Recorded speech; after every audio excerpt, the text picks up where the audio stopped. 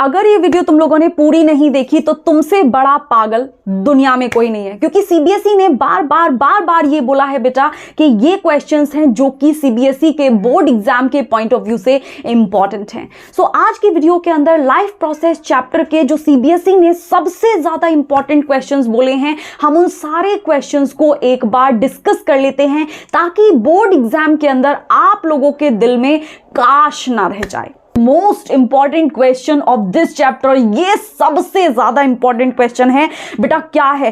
3 बार पूछा है सीबीएसई ने। ये कहा है कि 1 बार नहीं, 2 बार नहीं, तुम लोग भी तो रोज वही देखो, जो काम तुम बार बार करते हो वो क्या है? इंपॉर्टेंट है। तुम अपनी मम्मी को रोज फोन करते हो, क्यों? क्योंकि मम्मी इंपॉर्टेंट है, राइट? तो सीबीएसई कह रहा है 2013 में इंपॉर्टेंट है, दोबारा उसको भेजा 2014 में इंपॉर्टेंट है, तिबारा उसको भेजा 2020 में कि इंपॉर्टेंट है, अब तो पढ़ ले। तो 2020 में आया है तो 2023 के 24 के सेशन में भी आ सकता है। तैयार करके जाना है। ये क्वेश्चन 3 बार देखने को मिला है। क्या कह रहा है? बहुत इजी क्वेश्चन है। क्या कह रहा है question? What is the function of platelets in blood? Blood के अंदर जो प्लेटिलेट सेल होती हैं उनका काम क्या होता है? तो बेटा काम होता है उनका, जब तुम्हारे बॉडी के अंदर खून निकल रहा होता है उस खून का क्लॉट बना देना, क्लॉटिंग कर देना, यही काम होता है प्लेटिलेट्स का। सही है? हमारी पढ़ा हुआ है ना, पढ़ाया हुआ है मैंने। ब्लड के अंदर 3 इंपॉर्टेंट कैटेगरी की सेल्स होती हैं, आरबीसीज, डब्ल्यूबीसीज एंड प्लेटिलेट्स। तो प्लेटिलेट्स का काम क्या होता है बेटा? प्लेटिलेट्स का काम होता है क्लॉटिंग ऑफ ब्लड के अंदर, कोगुलेशन ऑफ ब्लड, क्लॉटिंग करता है ब्लड की। खून निकल रहा होता है, खुरंट जमा देता है, क्लॉटिंग कर देता है ताकि खून बॉडी के अंदर से निकल ना जाए, क्योंकि निकल गया तो हमारी टाई फिस हो जाएगी। गुड। उसके बाद इसके अंदर दूसरा इंपॉर्टेंट पार्ट है बेटा, where does digestion of fat take place? बहुत इंपॉर्टेंट है, बहुत सारे बच्चों को नहीं पता होता। यहां पर थोड़ा सा गड़बड़ भी लिखा हुआ है आंसर। आप लोग ये दिमाग में भर लो कि फैट का डाइजेशन केवल 2 जगह होता है, हमारे मुंह के अंदर और हमारे स्मॉल इंटेस्टाइन के अंदर। देखो, किसी भी चीज का बॉडी के अंदर डाइजेशन तभी होगा जब उसको डाइजेस्ट करने वाला एंजाइम प्रेजेंट होगा। तो हमारे मुंह के अंदर प्रेजेंट होता है कौन सा एंजाइम? कौन सा एंजाइम? कौन सा? यस, बताइए मुझे। लाइपेज प्रेजेंट होता है, लेकिन कौन सा लाइपेज? जो बकल कैविटी का लाइपेज होता है। तो कुछ % का डाइजेशन फैट का हमारे मुंह के अंदर भी हो जाता है, लेकिन 70% फैट का डाइजेशन हमारा स्मॉल इंटेस्टाइन, छोटी आंतों के अंदर होता है, क्योंकि वहां पर एक एंजाइम प्रेजेंट होता है जिसका नाम होता है पैनक्रिएटिक लाइपेज। मुंह के अंदर कौन सा एंजाइम होता है फैट को डाइजेस्ट करने के लिए? लुइंगल लाइपेज। इधर मैं साइड में लिख देती हूं दोनों एंजाइम्स के नाम। मुंह के अंदर फैट को डाइजेस्ट करने के लिए जो एंजाइम होता है that is lingual lipase. Lingual lipase that is in the buccal cavity बेटा, ये बकल कैविटी के अंदर होता है। एंड दूसरा एंजाइम कौन सा है? That is pancreatic lipase. Pancreatic lipase ये कहां प्रेजेंट होता है? ये होता है हमारे स्मॉल इंटेस्टाइन के अंदर रिलीज किया जाता है। कहां से रिलीज होता है? पैनक्रियास से। सही है? तो फैट का डाइजेशन कहां होता है? मुंह के अंदर और पेट के अंदर। सही है? मुंह के अंदर क्यों? क्योंकि लुइंगल लाइपेज प्रेजेंट है। सीबीएसई वाले पूछे पेट के अंदर क्यों?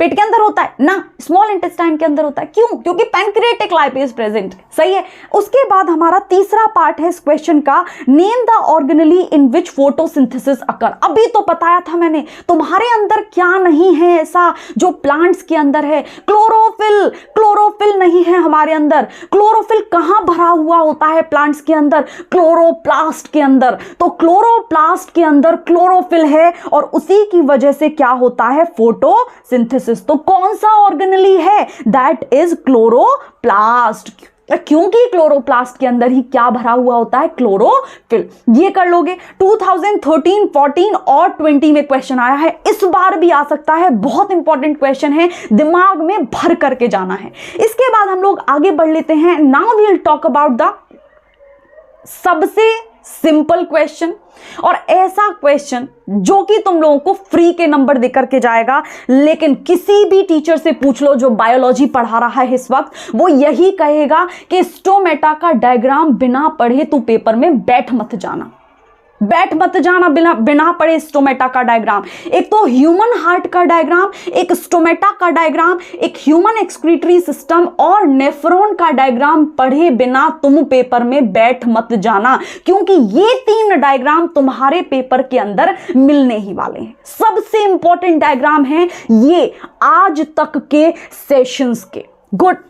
क्वेश्चन क्या है, 2018 में क्वेश्चन आया है और स्टोमेटा का डायग्राम तो सीबीएसई कभी भी पूछ लेती है चलते फिरते। ये तो मैंने क्वेश्चन लिखा हुआ है यहां पर, लेकिन सबसे इंपॉर्टेंट डायग्राम अगर मैं टॉप 3 डायग्राम्स तुमको दूं ना तो लिख लो, साइड में लिख लो। मैं लिख नहीं रही हूं क्योंकि टाइम वेस्ट होगा आप लोगों का। ह्यूमन हार्ट का डायग्राम लिख लो, दूसरा डायग्राम स्टोमेटा का लिख लो और तीसरा डायग्राम ह्यूमन एक्सक्रीटरी सिस्टम, और उसके अंदर नेफ्रॉन बनाना आप लोगों को आना चाहिए। PCT, DCT, CD, right, Bowman's capsule, सब कुछ आना चाहिए। So now we'll talk about this question, that is 4th question. How does guard cell regulate opening and closing of stomata or stomatal pores? Guard cell जो होते हैं वो किसी भी स्टोमेटा की ओपनिंग को और क्लोजिंग को कैसे रेगुलेट करते हैं? भैया क्या कर रहा है गार्ड सेल, ऐसा कैसे स्टोमेटा गार्ड सेल की वजह से ओपन और क्लोज हो जा रहा है? तो सीधा सीधा ये लिख करके आ जाना सीबीएसई के पेपर में और कह देना सीबीएसई वालों से कि नंबर लेकर ही जाऊंगा क्वेश्चन पे। क्या लिखना है तुम लोगों को कि जो गार्ड सेल होता है जब उसके अंदर पानी भर जाता है तो वो स्वेल हो जाता है, फूल जाता है, और जब वो फूल जाता है उसकी स्वेलिंग हो जाती है तो वो ओपन हो जाता है। स्टोमेटा क्या हो जाता है? ओपन हो जाता है, सही है। लेकिन जैसे ही इस गार्ड सेल के अंदर से पानी निकल जाता है तो बेचारा पिचक जाता है, सिकुड़ जाता है, श्रिंक हो जाता है, और उस केस में स्टोमेटा क्या हो जाता है? बंद हो जाता है। तो खुलेगा कब? जब स्वेलिंग होगी। स्वेलिंग कब होगी? जब पानी भरेगा। सिकुड़ेगा कब? जब पानी निकल जाएगा, यानी कि श्रिंक हो जाएगा। समझ में आ गया? वही लिखा हुआ है यहां आंसर के अंदर, the swelling of guard cell due to absorption of water cause opening of stomatal pores while shrinking of guard cell closes the pores. simple बात है। opening and closing of stomata occurs due to turgor pressure in the guard cell. सीधी बात है, simple बात है। और अपने answers को थोड़ा सा इफेक्टिव लिख करके आना, तो इनको जो कहते हो रट्टा मार करके जाना, ताकि एग्जामिनर को लगे कि भाई हाँ टॉपर वाली कैटेगरी का बच्चा है, लेकिन अपन लोग तो हैं बैक बेंचर्स, राइट। सो अब हम लोग आगे की तरफ चलते हैं। Now will talk about the differentiate वाले क्वेश्चन। देखो डिफरेंशिएट वाले क्वेश्चन टॉपर से भी ये कहोगे ना कि 2 चीजों के बीच में डिफरेंस करके बता दे, वो भी अटक जाता है। 1 पॉइंट बताएगा, 2 पॉइंट बताएगा, उससे ज्यादा नहीं बता पाता है। क्यों? क्योंकि डिफरेंशिएट करना हमारे दिमाग को थोड़ा सा टिपिकल लगता है। तो हम क्यों ना इस डिफरेंशिएट वाले क्वेश्चन जितने भी इंपॉर्टेंट हैं उनको पहले से ही रट्टा मार करके चले जाएं, बोर्ड्स के अंदर ज्यों का त्यों चिपका करके आए। तो बेटा टॉपर्स की भी ये दिक्कत होती है, क्योंकि मुझे भी दिक्कत होती है जब भी मुझसे कोई पूछ लेता है ना कि डिफरेंशिएट करके मैम 4-5 पॉइंट्स बता दो, नहीं बताए जाते हैं। पैराग्राफ्स में लिख सकती हूँ, एक टॉपिक के पैराग्राफ्स लिख सकती हूँ, लेकिन टेबुलर फॉर्मेट में मुझे डिफरेंशिएट करने में दिक्कत होती है। तो अब मैं आप लोगों को बता देती हूँ 3 इंपॉर्टेंट डिफरेंशिएशन वाले क्वेश्चन, 3 ऐसे क्वेश्चन जो कि आप लोगों को टेबुलर फॉर्मेट में बनाने के लिए आने वाले हैं पेपर के अंदर। सो क्वेश्चन नंबर 1, वापस से ये दोबारा से डल गई है, सॉरी फॉर दैट। नाउ नहीं, 4th क्वेश्चन रह गया है, अभी एक क्वेश्चन रह गया है। Let's talk about this question, this is also important. अभी मैं आप लोगों को बोल रही थी कि स्टोमेटा तो इंपॉर्टेंट है ही, ह्यूमन हार्ट आने ही वाला है, लेकिन human excretory system, human respiratory system का भी बाप है और डाइजेस्टिव सिस्टम का भी बाप है। सबसे इंपॉर्टेंट अगर कोई सिस्टम है पेपर के पॉइंट ऑफ व्यू से तो वो है बेटा ह्यूमन एक्सक्रीटरी सिस्टम। क्वेश्चन आके रहेगा सीधा सीधा क्या पूछा हुआ है। देखो 2018 में आया है, 1-2 साल में और आया था जब मैं अपने बच्चों को पढ़ा रही थी, शायद 2020 या 21 में एक और बार ये क्वेश्चन आया हुआ है। मुझे याद नहीं था, मैंने इसलिए यहां पर नहीं लिखा है क्योंकि आप लोग फिर कंट्रोवर्सी लेकर के आ जाओ कि मैडम ये तो आया नहीं था, आपने ऐसे लिख दिया। तो 2018 का बिल्कुल पता है, लेकिन 2020 और 21 में से एक में आया हुआ है। बहुत इंपॉर्टेंट क्वेश्चन है ह्यूमन एक्सक्रीटरी सिस्टम का। क्या लिख रखा है? Draw the human excretory system and label the following organs of excretory system which perform the following functions. वही लिखा हुआ होगा कि भैया स्टोरेज कौन करता है? यूरिनरी ब्लैडर करता है। लेकिन एक बार हम पढ़ लेते हैं। देखो हमारे एक्सक्रीटरी सिस्टम में 4 इंपॉर्टेंट ऑर्गन्स होते हैं। सबसे पहले ये होता है हमारा, जिसको हम नाम देते हैं किडनी। कितनी होती हैं? 2 होती हैं। क्या काम करती हैं? यूरिन का फॉर्मेशन करती हैं। क्यों? क्योंकि इनके अंदर ही नेफ्रॉन्स प्रेजेंट होते हैं और वो जो नेफ्रॉन्स होते हैं उनके अंदर यूरिन का फॉर्मेशन होता है, because those are the filtering units. Good. जैसे ही यूरिन यहां बन जाता है किडनीज के अंदर, वैसे ही अंदर थोड़ी ना रखेगा, अंदर रखोगे क्या यूरिन को? ना, बॉडी के बाहर निकालना है। क्यों? क्योंकि वेस्ट है, वेस्ट है। कचरे को क्लास में रखते हो क्या? कचरे को घर में रखते हो क्या? ना, हमारा बॉडी शरीर है, घर है, घर के अंदर नहीं रखेंगे, बाहर फेंकना है। तो अब क्या होगा, ये जो यूरिन होगा यहां से इसको बाहर फेंक दिया जाएगा, बाहर निकाल दिया जाएगा। तो 2 ऐसी पाइप होती हैं, लचकारेदार 2 ऐसी पाइप होती हैं, और इन दोनों पाइप में उस यूरिन को ये कह दिया जाता है, जा निकल यहां से। सो यूरिन जो है किडनी से कहां पर भेज दिया जाता है? एक पाउच, एक पिन्नी, एक सैक जैसा, एक बोरे जैसा स्ट्रक्चर होता है, यानी कि तुम आलू भरते हो ना बोरे के अंदर, वैसा ही यूरिन थोड़े टाइम के लिए भरा जाता है। वरना तो तुम लोग कभी भी यूरिनेशन कर देते, कहीं पे भी यूरिनेशन कर देते। अगर यूरेटर से बाहर आता सीधे सीधे यूरिन तो कहीं भी आप लोग यूरिनेशन कर देते। लेकिन आप लोग यूरिनेशन कहीं भी क्यों नहीं करते हो? क्योंकि एक ऐसा ऑर्गन बनाया है भगवान ने कि थोड़े टाइम के लिए स्टोर किया जा सकता है। क्या नाम है उसका? That is third structure, that is known as urinary bladder. ये वाला पिंक वाला, इसको क्या बोलेंगे? Will call it urinary bladder. ठीक है, ये यूरिनरी ब्लैडर के अंदर ये क्या है? पाउच है, और इस पाउच पे सेंट्रल नर्वस सिस्टम काम करता है। इसका मतलब तुम लोग यूरिन करने तभी जाओगे जब तुम्हारा सेंट्रल नर्वस सिस्टम तुमको सिग्नल देगा। समझ में आ रहा है बात? क्यों तुम लोग कहीं भी पेशाब नहीं कर देते हो? This is the reason. So urinary bladder के अंदर तुम्हारा यूरिन कुछ टाइम के लिए स्टोर होगा, this is the storage sac. और उसके बाद इस छोटू सा बुद्दुक सा स्ट्रक्चर है, that is known as urethra. यहां से यूरिन को बाहर रिलीज कर दिया जाता है। ह्यूमन एक्सक्रीटरी सिस्टम का डायग्राम सो इंपॉर्टेंट, और एक और डायग्राम इसके साथ साथ आप लोग तैयार करके चले जाना, वो भी बहुत इंपॉर्टेंट है, बहुत पूछ रहा है सीबीएसई उसको भी। नेफ्रॉन का डायग्राम बहुत ज्यादा इंपॉर्टेंट, एग्जाम के पॉइंट ऑफ व्यू से। पढ़कर नहीं गए यहां आकर के मुझे मत बोलना कल को, बिल्कुल भी। गुड। इसके बाद हम लोग आगे चल लेते हैं वो क्वेश्चंस जो कि आप लोगों को डिफरेंशिएशन के फॉर्म में आने ही वाले हैं पेपर के अंदर। पहला क्वेश्चन है सीधा सीधा, देखो 2019 में क्वेश्चन आया हुआ है, बहुत इंपॉर्टेंट है, बहुत इजी है। जाइलम और फ्लोएम के बीच में वो लोग क्या पूछ लेते हैं कि भैया अंतर बता दे, हमें सीधा सीधा अंतर बता दे कि क्या क्या अंतर है। तो जाइलम क्या काम करता है? जाइलम हमारे प्लांट्स के अंदर पानी और मिनरल्स को मूव कराता है, उनका मूवमेंट करता है, उनको ट्रांसपोर्ट करता है। जड़ है पानी, जड़ है प्लांट की, जमीन के अंदर धसी हुई हैं, पानी को उठाएंगी, मिनरल्स को उठाएंगी और जाइलम को दे देंगी, और जाइलम उस पानी और मिनरल को प्लांट की पूरी बॉडी में पकड़ा देगा। अब देखना, नीचे से ही पानी कहां से एब्जॉर्ब होता है? हमेशा नीचे से एब्जॉर्ब होता है। तो पानी का जो फ्लो होगा हमेशा नीचे से ऊपर की तरफ होगा। इसका मतलब एक ही डायरेक्शन में पानी फ्लो हो रहा है। तो आप एक पॉइंट ये भी लिख सकते हो कि it helps in the conduction of water in upward direction. और पानी का जो फ्लो होता है, मिनरल्स का जो फ्लो होता है, that is only unidirectional, यानी एक ही डायरेक्शन में मूव करेगा।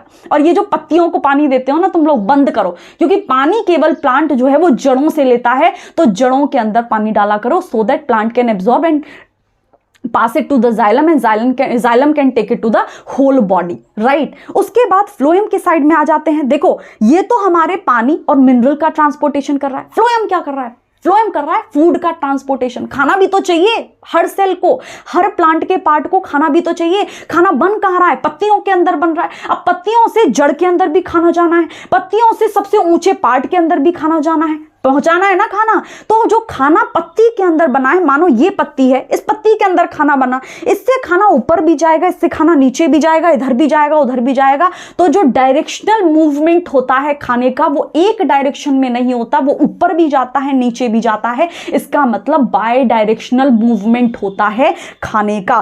फ्लोएम कैसे मूव कराता है? अपवर्ड डायरेक्शन में भी और डाउनवर्ड डायरेक्शन में भी, that means by directional movement. इतना लिख करके आना है, एग्जामिनर बढ़िया नंबर देगा। इसमें तुम लोग डिफरेंशिएशन वाले क्वेश्चंस में बहुत सारे टॉपर बच्चे ये कर रहे थे हाफ ईयरली के एग्जाम में और प्री बोर्ड के अंदर, कि वो लोग पैराग्राफ्स लिख करके आ रहे थे। मैंने भी नंबर पूरे नहीं दिए, एग्जामिनर भी नंबर पूरे नहीं देगा, लिख करके ले जाओ ये। तो डिफरेंशिएट वाले क्वेश्चन को बढ़िया तरीके से 2 डिब्बे बनाना, उनके अंदर ये बताना कि भाई ये है और ये है, बस लिख करके आना और डिफरेंशिएशन के बढ़िया पॉइंट्स लिख देना 2-3। उसके बाद हम लोग आगे के क्वेश्चन की तरफ मूव कर लेते हैं। दूसरा इंपॉर्टेंट क्वेश्चन टेबुलर फॉर्मेट का, that is arteries and veins के बीच में अंतर बताओ। 2014 में पूछा है, क्या लिखा हुआ है, देखो आर्टरीज के अंदर पहला लेटर क्या है, ए से आप लोग अवे समझ लो। अवे का मतलब वो ब्लड वेसल्स जो कि खून को हार्ट से अवे लेकर के जाती हैं, दूर लेकर के जाती हैं, वो क्या होंगी, आर्टरीज। ए से अवे याद रख लो। और वेन्स क्या है, आर्टरीज की उल्टी, तो वो ब्लड को दूर लेकर के जा रही है हार्ट से, तो वेन्स ब्लड को पास लेकर के आएंगी हार्ट के।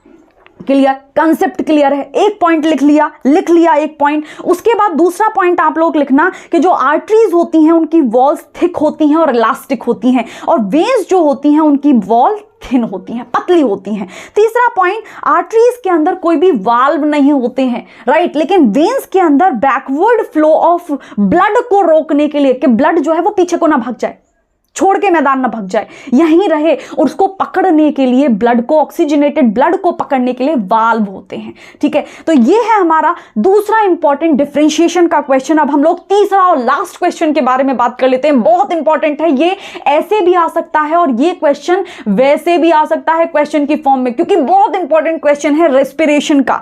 एरोबिक एंड एनारोबिक रेस्पिरेशन के बीच में अंतर बता दो। तो यहां पर सीबीएसई ने 2017 में भी क्वेश्चन पूछा है, और बहुत सारा इंपॉर्टेंट क्वेश्चन है ये, 2024 में भी आ सकता है। ठीक है, तो क्या है, देखो एरोबिक रेस्पिरेशन वो होता है जिसके अंदर क्या चाहिए, ऑक्सीजन चाहिए, पहला पॉइंट ये लिख दोगे। एनारोबिक क्या है, जिसके अंदर ऑक्सीजन नहीं चाहिए, so oxygen is not required, oxygen is required. दूसरा पॉइंट लिखोगे आप लोग कि भैया ये होता है साइटोप्लाज्म में सेल के। साइटोप्लाज्म में कौन सा प्रोसेस चलता है, एरोबिक रेस्पिरेशन का। अगर मल्टीपल चॉइस आ जाए क्या लिखोगे, कौन सा, ग्लाइकोलाइसिस, एग्जैक्टली। लेकिन माइटोकॉन्ड्रिया के अंदर भी तो प्रोसेस चलता है, आधा प्रोसेस किसका, एरोबिक रेस्पिरेशन का। कहां चलता है, कौन सा साइकिल होता है वो, Krebs cycle, TCA cycle, right, याद रहेगा, भर लिया, सिट्रिक एसिड साइकिल। उसके बाद इधर की साइड आओ, अगर एरोबिक रेस्पिरेशन से एनारोबिक रेस्पिरेशन की बात करते हैं तो एनारोबिक रेस्पिरेशन केवल कहां चलता है, साइटोप्लाज्म के अंदर, उसका कोई लेना देना नहीं है दूसरे से। उसके बाद एरोबिक रेस्पिरेशन के अंदर जहां पर ऑक्सीजन चाहिए होती है सेल्स को एटीपी बनाने के लिए, तो वहां पर ज्यादा अमाउंट के एटीपी बनते हैं, सो यहां पर ज्यादा एनर्जी रिलीज होती है, और इस वाले केस में कम एनर्जी रिलीज होती है। अगर 5 नंबर का क्वेश्चन आए तो एक और पॉइंट ऐड करके आ जाना अपनी तरफ से, चौथा वाला, कौन सा, एंड प्रोडक्ट का। एरोबिक रेस्पिरेशन के अंदर 38 एटीपी मॉलिक्यूल बनते हैं, और एनारोबिक रेस्पिरेशन के अंदर लैक्टिक एसिड बनता है और केवल 2 एटीपी मॉलिक्यूल बनते हैं। सही है, तो अगर ऐसे तुम लोग अपने पैराग्राफ्स में क्वेश्चंस ना लिख करके डिफरेंशिएशन वाले क्वेश्चंस को टेबल की फॉर्म में बना करके लिख करके आओगे, तो ये प्रेजेंटेशन को भी बढ़िया बनाता है कॉपी की, एंड आप लोग बढ़िया नंबर लेकर के आओगे बोर्ड एग्जाम के अंदर। आज के लिए इतना रखते हैं। कल की वीडियो के अंदर हम लोग कंट्रोल एंड कोऑर्डिनेशन से जो भी इंपॉर्टेंट क्वेश्चन आज तक आए हैं, टॉप डायग्राम्स जो भी आप लोगों के पेपर के अंदर आ सकते हैं, उनको हम लोग डिस्कस करेंगे। Till then take care, bye bye, पढ़ते रहिए and thank you so much. ये जो पीडीएफ है आप लोगों को डिस्क्रिप्शन में मिल जाएगा, इसका लिंक, वहां से आप लोग डाउनलोड कर लीजिए एंड पढ़ते रहिए। Bye bye.